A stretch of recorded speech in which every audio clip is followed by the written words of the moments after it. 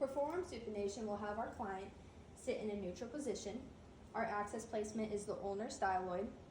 The anatomical location of stationary is going to be the anterior midline of the humerus, perpendicular to the floor. And as I will tell you, could you please go from here to supination? Perfect. And we will go ahead and collect that measurement.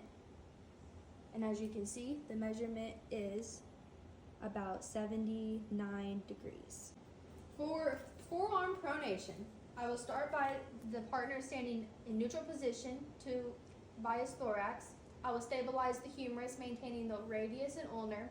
I'll have my partner go into full pronation. Axis placement is lateral and proximal to the ulnar styloid. Stationary placement is 90 degrees perpendicular to the surface. Movable arm is proximal to the styloid, which is the flattest part of his wrist. So I will go ahead and have this up in perpendicular position. Go ahead and measure this flattest part of his wrist. We have 80 degrees. For wrist extension, I'll have my partner in a seated position with the arm resting on the surface. Axis placement is distal to the radius styloid and the anatomical snuff box on the other side. Stationary arm is parallel to the radius. Movement arm is parallel with the fifth metacarpal. So what I'll have to do is hold the top of his wrist and have him extend back.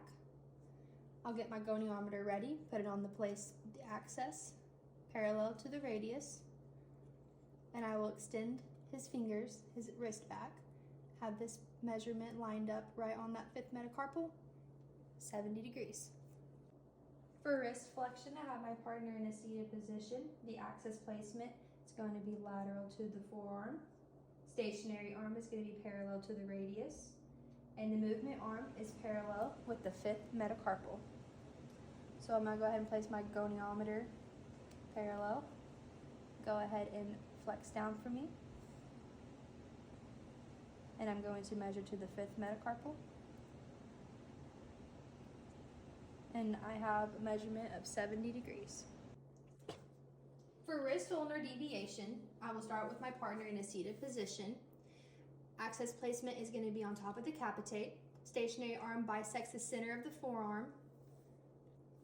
And the moving arm is dorsal midline of the third metacarpal.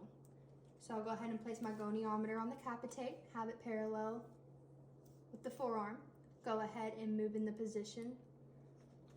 So I will go ahead and put it on the third metacarpal. And as you can see, our measurement is 40 degrees. For radial deviation, I'll have my partner in a seated position. The axis placement is where the capitate is, on top of the dorsal of the wrist. The stationary arm is the center of the forearm, all the way to the epicondyle. The moving arm midline is the third metacarpal. So I'll go ahead and set my goniometer in that position, right on top of the wrist, to the third metacarpal. Make sure it's aligned up to the epicondyle.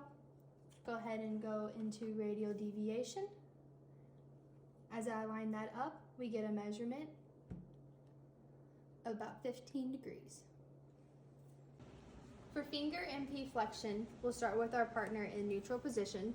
Axis placement is dorsal aspect of the MCP joint. Stationary arms, dorsal midline of the metacarpal.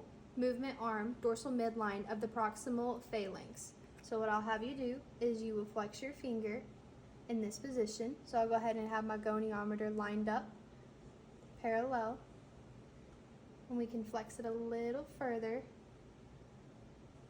And here we have a total of 90 degrees.